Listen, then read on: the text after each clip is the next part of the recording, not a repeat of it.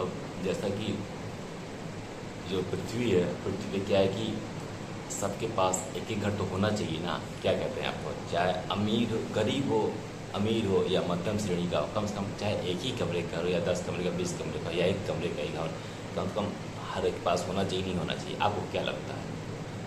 होना चाहिए ना सबके पास। तो फिर क्यों नहीं है, हैं? ये गलत है ना।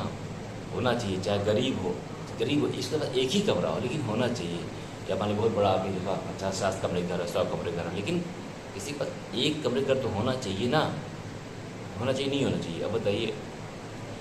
लगभग 56-57 घर उनके पास हैं, हमारे पास एक भी नहीं है।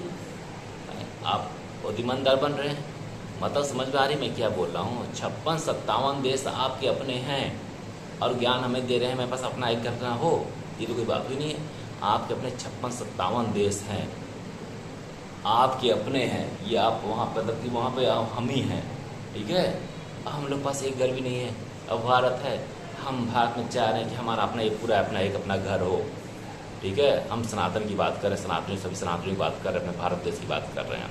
और आप लोग चाह रहे हैं कि हम लोग पास एक भी घर ना हो। आपके पास 56-57 घर है, ये गलत है ना। अब आप कहेंगे वाह, अरे अरे ऐसा कैसे हो सकता है, बोलेंगे। दो अर्थी बात नहीं करना चाहिए, पूर्ण से जो गलत है गलत है।